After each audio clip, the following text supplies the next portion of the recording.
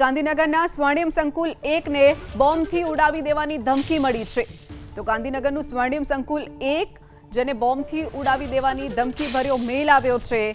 RSS ભવનને સાંજે 5:10 બોમ્બથી ઉડાવી દેવાની ધમકી મળી છે।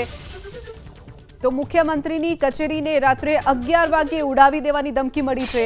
તો આ તરફ અમદાવાદ એએમસીની ઓફિસને બપોરે 3 વાગે ઉડાવી દેવાની ધમકી મળી છે। અલગ અલગ જગ્યા ઉપર જે કચેરીઓ આવેલી છે તેને ઉડાવી દેવાની ધમકી મળી છે। સ્વર્ણિમ સંકુલ 1 ને સાથે જ મુખ્યમંત્રીની કચેરીને રાત્રે 11 વાગે ઉડાવી દેવાની ધમકી મળી છે। તો બીજી તરફ આરએસએસ ભવન જે આવેલું છે તેને સાંજે 5:10 ઉડાવી દેવામાં આવશે। આ તમામ ધમકી ભર્યા મેલ મળ્યા છે। તો પોલીસ પણ દોડતી થઈ છે, સાથે જ બીડીડીએસની ટીમ, ફાયર વિભાગની ટીમ પણ દોડતી થઈ છે અને તપાસ હાથ ધરવામાં આવી છે। જે જગ્યાના નામ આપવામાં આવ્યા છે ત્યાં હાલ તપાસ કરવામાં આવી રહી છે। બોમ્બ ખરેખરમાં છે કે કેમ તેને લઈ અને સાથે જ તમામ જે કચેરીઓ છે તેને પણ ખાલી કરાવવામાં અત્યારે આવી રહી છે। પોલીસ અત્યારે તપાસ કરી રહી છે। અમદાવાદના કારંજ પોલીસ સ્ટેશનને આ ઈમેલ મારફતે બોમ્બની ધમકી આપવામાં આવી છે।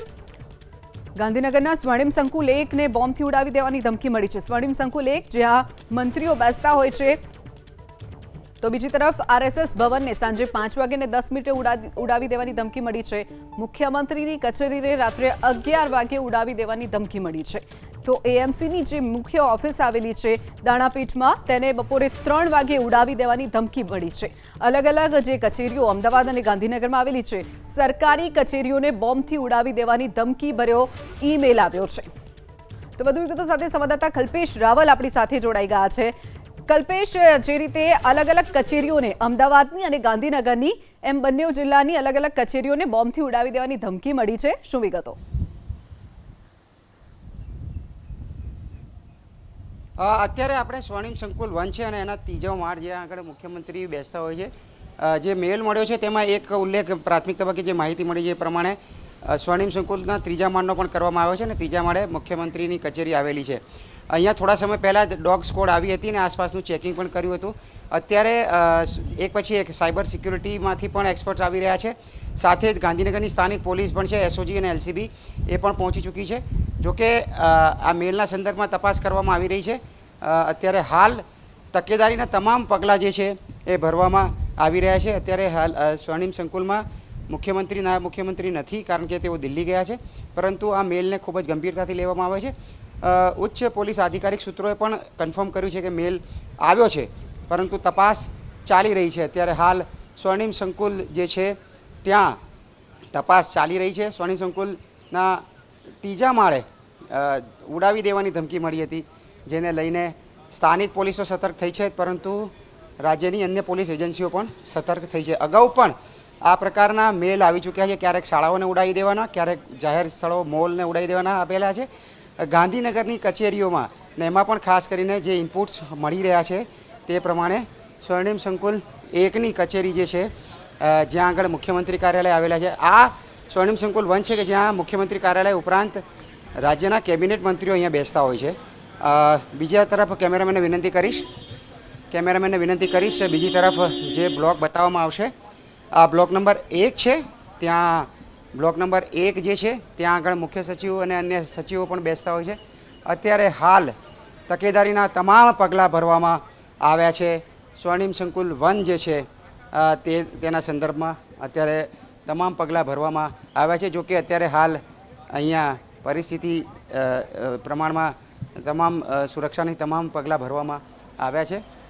થોડા સમય પહેલાં જ આ જાણકારી મળી હતી, એટલે ગાંધીનગર એસઓજી પહોંચી ગઈ છે, ગાંધીનગર એલસીબીએ પણ તપાસ હાથ ધરી છે અને આ મેલ જે છે એ ક્યાંથી આવેલો છે એને તપાસ કરવા માટે જે રાજ્યની ટોપ એજન્સી છે સાયબર સેન્ટર ઓફ એક્સેલન્સ, એના ઉચ્ચ અધિકારીઓ પણ, એના એસપી પણ આવ્યા હતા અને તેઓ પણ પહોંચ્યા હતા। અહીંયા થોડા સમય પહેલાં આ સ્વર્ણિમ સંકુલ 1ના ત્રીજા માળે જ્યાંથી મુખ્યમંત્રી પ્રવેશ કરતા હોય છે એમના વાહનમાંથી, ત્યાં આગળ ત્યાંથી નીચે પણ તપાસ કરવામાં આવી હતી બોમ્બ ડિસ્પોઝલ સ્કોડના સંદર્ભમાં। અત્યારે ડોગ સ્કોડ જે છે એમણે ચેકિંગ કર્યું હતું, પરંતુ અત્યારે હાલ વધારે કોઈ માહિતી મળતી નથી। સ્વર્ણિમ સંકુલ 1 ત્રીજા માળે ધમકીભર્યો મેલ ઉડાવી દેવાનો, જેને લઈને ગુજરાતની પોલીસ, ગાંધીનગરની પોલીસ સતર્ક, અત્યારે તકેદારીના તમામ પગલાં ભરવામાં આવી રહ્યા છે। ચોક્કસથી કલ્પેશ, જે રીતે વાત કરીએ સ્વર્ણિમ સંકુલ એકની સાથે સાથે અન્ય પણ 3-4 કચેરીઓને મેલ આવ્યો છે, કઈ કઈ કચેરીનો તેમાં સમાવેશ થાય છે, કેટલા વાગ્યાનો ટાઈમ અપાયો છે, જે મેલ આવ્યો છે કયા એડ્રેસ પરથી આવ્યો છે, આ તમામ જાણકારી સામે આવી છે કે કેમ? કલ્પેશ. સામાન્ય રીતે ડાર્ક વેબથી આ પ્રકારના મેલ આવતા હોય છે. એટલે બે રીતની અહીંયા અત્યારે ઇન્વેસ્ટિગેશન ચાલી રહી છે. એક તો સ્થળ પર સુરક્ષાના સંદર્ભમાં સ્થાનિક પોલીસના મદદથી આ કામગીરી કરવામાં આવી રહી છે, અને બીજી તરફ આ મેલ જે છે એનું લોકેશન એટલે કે એનું ઈમેલ આઈડી ટ્રેસ કરવા માટે અને અન્ય ટેકનિકલ હેલ્પ લેવા માટે રાજ્યની જે પોલીસ એજન્સીઓ છે એ પણ સતર્ક બની છે. અને મેં અગાઉ કીધું એ પ્રમાણે થોડા સમય પહેલાં સ્વર્ણિમ સંકુલ 1ની અંદર સાયબર સિક્યુરિટી ઓફ એક્સિલન્સના SP 2 આવ્યા હતા. તેઓ પણ અહીંયાથી મુલાકાત કરીને ગયા છે. એટલે જે ટેકનિકલ વિગતો છે એ આ એજન્સી દ્વારા મેળવવામાં આવી રહી છે, અને બીજી તરફ અત્યારે સુરક્ષાના તમામ પગલાં ભરવામાં આવી રહ્યા છે. સ્વર્ણિમ સંકુલ 1 સામાન્ય રીતે સચિવાલય સંકુલ છે એ સુરક્ષિત માનવામાં આવતું હોય છે. અહીંયા મુલાકાતીઓ જેને એન્ટ્રી કરતા હોય છે એમની પણ પાસ સાથે એન્ટ્રી કરવામાં આવતી હોય છે, અને અધિકૃત વ્યક્તિઓ સિવાય પ્રવેશ આપવામાં આવતો નથી. અત્યારે હાલ પરિસ્થિતિ જે છે ફરી એક વખત બતાવવાનો પ્રયાસ કરીશ. આમ તો અહીંયા સ્થિતિ સામાન્ય છે. પોલીસ પોતાની રીતે કામગીરી કરી રહી છે. મુલાકાતીઓ પણ આજે ઓછા છે, કારણ કે સોમ અને મંગળ 2 દિવસ જ વધારે મુલાકાતીઓ હોય છે, એટલે મુલાકાતીઓની સંખ્યા પણ ઓછી છે. પરંતુ ઇનપુટ્સ જે મળ્યા હતા એને ખૂબ જ ગંભીરતાથી લેવામાં આવી રહ્યા છે. ખૂબ જ ગંભીરતાથી આ ઇનપુટ્સ લેવામાં આવી રહ્યા છે. અત્યારે હાલ જે રીતે જોઈ શકાય છે તે પ્રમાણે તમામ જે મુલાકાતીઓ જે છે એના સંદર્ભમાં અત્યારે આમ પણ આ એક રેગ્યુલર સિસ્ટમ છે. અહીંયા જે કોઈ પણ મુલાકાતી આવતા હોય છે એમના પાસ ચેક કરવામાં આવતા હોય છે. એ પાસ ચેક કરી મુલાકાત કોને મળવા આવી રહ્યા છે તે ચેકિંગ કરવામાં આવતું હોય છે. એટલું જ નહીં, પરંતુ સ્કેનર પણ લગાવવામાં આવ્યું છે અંદર, જેથી કરીને એમની સાથે લાવેલા જે સામાન છે એ સ્કેન પણ કરવામાં આવતા હોય છે. આ એક રેગ્યુલર પ્રક્રિયા છે. અહીંયા સામાન્ય દિવસોમાં પણ સુરક્ષા સતર્ક રાખવામાં આવતી હોય છે, પરંતુ આજે વિશેષ તકેદારી રાખવામાં આવી રહી છે. ગાંધીનગર પોલીસ સતર્ક છે, ટેકનિકલ સર્વેલન્સ ચાલુ છે, અને ડોગ સ્ક્વોડ દ્વારા પણ જે જગ્યાના ઉલ્લેખ કરવામાં આવ્યા હતા એનું ચેકિંગ કરવામાં આવ્યું છે. જી ચોક્કસથી કલ્પેશ, જોડાવા બદલ અને માહિતી બદલ આપનો આભાર. આપણી સાથે અમારા સંવાદદાતા હિરેન રાજગુરુ આપણી સાથે ફોનલાઈન ઉપર જોડાઈ ગયા છે. હિરેન, જે રીતે અમદાવાદ અને ગાંધીનગરની અલગ અલગ જે સ્વર્ણિમ સંકુલ 1 હોય કે પછી AMCની ઓફિસ, તમામને બોમ્બથી ઉડાવી દેવાની જે ધમકી આપવામાં આવી છે, ધમકીભર્યા મેલ આવ્યા છે, શું વિગતો?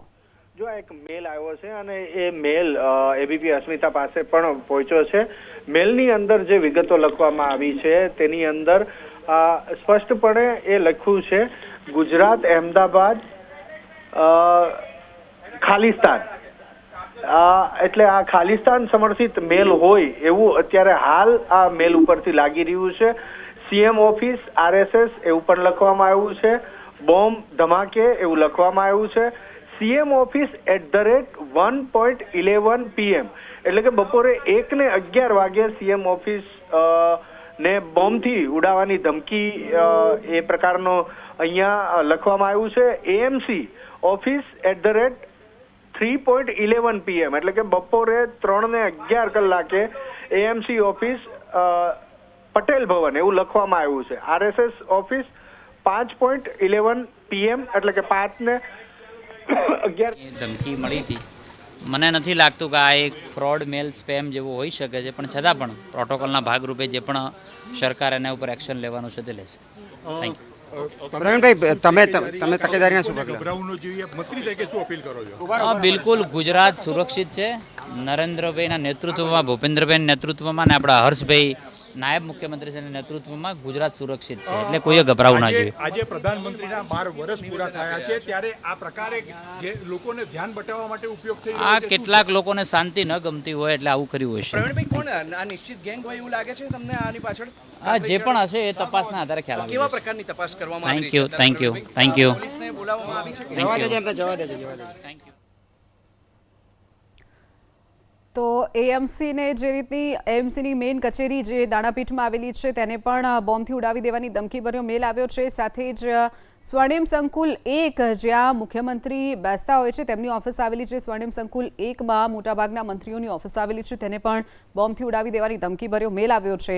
ફરી એક વખત હિરેન આપણી સાથે છે. હિરેન, જે રીતે ધમકીભર્યો મેલ આવ્યો છે, શું વિગતો? જો RSS બીજેપી ખતમ એવું લખવામાં આવ્યું છે. બદલા બદલા બદલા આ મેલની અંદર એવું પણ લખવામાં આવ્યું છે. ખાલિસ્તાન નેશનલ આર્મી એ પ્રકારેનું પણ લખાણ લખવામાં આવ્યું છે. અને સાથે અગાઉ પણ મેં કીધું એ પ્રમાણે ટાઈમ સાથે અહીંયા લખવામાં આવ્યું છે CM office @1.11 એટલે કે બપોરે 1:11 CM ઓફિસ ઉડાવવાની ધમકી હોય એ પ્રકારે મેલમાં લખાણ છે. AMC ઓફિસ પટેલ ભવન લખવામાં આવ્યું છે 3:11 PM. RSS 5:11 PM RSS office એવું લખવામાં આવ્યું છે. બીજું એક RSS @6:11 AM @9:11 PM આ પ્રકારેના બે ટાઈમ લખવામાં આવ્યા છે.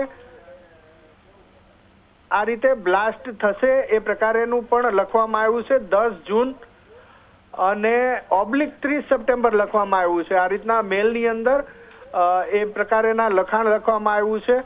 આ ઉપરાંત અનેક અન્ય સ્થળ પણ લખવામાં આવ્યા છે.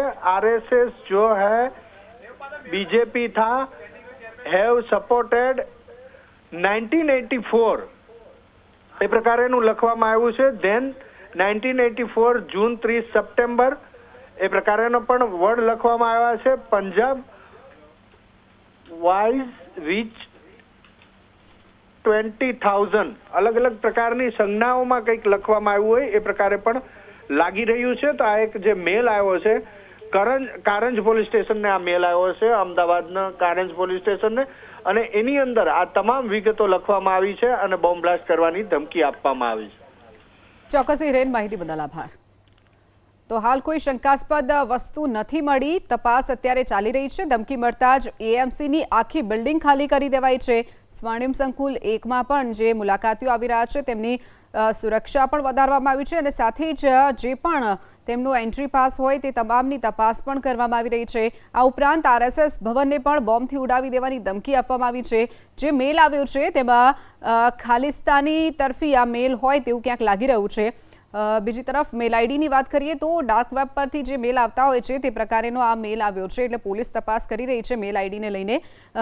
અમદાવાદ અને ગાંધીનગરની જે બિલ્ડિંગોને બોમ્બથી ઉડાવી દેવાની ધમકી આપવામાં આવી છે. હાલ તમામ બિલ્ડિંગો ખાલી કરી દેવાઈ છે. BDDSની ટીમ ત્યાં પહોંચી છે, ફાયર વિભાગની ટીમ પહોંચી છે, પોલીસના ઉચ્ચ અધિકારીઓ પણ ઘટના સ્થળે પહોંચ્યા છે અને તપાસ હાથ ધરવામાં આવી છે. AMCની વાત કરીએ તો અમદાવાદની જે મુખ્ય કચેરી જ્યાં મોટા ભાગના જે સ્ટાફ પણ કાર્યરત હોય છે, સાથે જ લોકો પણ મોટી સંખ્યામાં ત્યાં પહોંચતા હોય છે પોતાના પ્રશ્નોને લઈને, ત્યારે તમામ લોકોને અત્યારે આ કચેરી પર ન આવવાની અપીલ કરાઈ છે અને સાથે જ અત્યારે જે લોકો ત્યાં પહોંચ્યા હોય તમામને બહાર કાઢવામાં આવ્યા છે અને સુરક્ષિત સ્થળે ખસેડવામાં આવ્યા છે અને તપાસ હાથ ધરવામાં આવી છે. તો ગાંધીનગરનું સ્વર્ણિમ સંકુલ 1ને બોમ્બથી ઉડાવી દેવાની ધમકી મળી છે. RSS ભવનને સાંજે 5:10 બોમ્બથી ઉડાવી દેવાની ધમકી મળી છે. તો મુખ્યમંત્રીની કચેરીને રાત્રે 11 વાગે ઉડાવી દેવાની ધમકી આપવામાં આવી છે. જ્યારે AMCની ઓફિસને બપોરે 3 વાગે ઉડાવી દેવાની ધમકી મળી છે. ધમકી ભર્યો જે મેલ આવ્યો છે તેમાં સમય અને સ્થળ પણ લખવામાં આવ્યા છે. આ સ્થળને આટલા વાગે ઉડાવવામાં આવશે. આ તમામ પ્રકારની જે ધમકી ભર્યો મેલ આવ્યો છે. કારંજ પોલીસ સ્ટેશનને આ ઈમેલ મળ્યો હતો જેમાં પોલીસે ઉચ્ચ કક્ષાના પોલીસ અધિકારીઓ છે તેમણે પણ આ મેલને લઈ અને ખરાઈ કરી છે અને હાલ વધુ તપાસ હાથ ધરવામાં આવી છે. અલગ અલગ જે કચેરીઓને ધમકીભર્યો મેલ મળ્યો છે, RSS ભવનને સાંજે 5:10 ઉડાવી દેવાની ધમકી મળી છે. જ્યારે મુખ્યમંત્રીની કચેરી એટલે કે મુખ્યમંત્રી જે કચેરીમાં બેસે છે સ્વર્ણિમ સંકુલ 1માં તેમની ઓફિસ આવેલી છે તેને ઉડાવી દેવાની ધમકી મળી છે. રાત્રે 11 વાગ્યે મુખ્યમંત્રીની કચેરી ઉડાવી દેશે તેવો ધમકીભર્યો મેલ આવ્યો છે. તો બીજી તરફ આપને જણાવી દઈએ કે મુખ્યમંત્રી અને નાયબ મુખ્યમંત્રી હાલ દિલ્હીના પ્રવાસે છે. મુખ્યમંત્રી હાજર નથી તો સાવચેતીના ભાગરૂપે હાલ તમામ જે કચેરીઓ આવેલી છે તેને પણ ખાલી કરાવી દેવામાં આવી છે. તો AMCની જે મુખ્ય ઓફિસ આવેલી છે તેને બપોરે 3 વાગે ઉડાવી દેવાની ધમકી મળી છે. અમદાવાદ અને ગાંધીનગરમાં સરકારી કચેરીઓને બોમ્બથી ઉડાવી દેવાની ધમકી ભર્યો મેલ આવ્યો છે. અમદાવાદના કારંજ પોલીસ સ્ટેશને આ ઈમેલ મારફતે બોમ્બથી ઉડાવી દેવાની ધમકી મળી છે.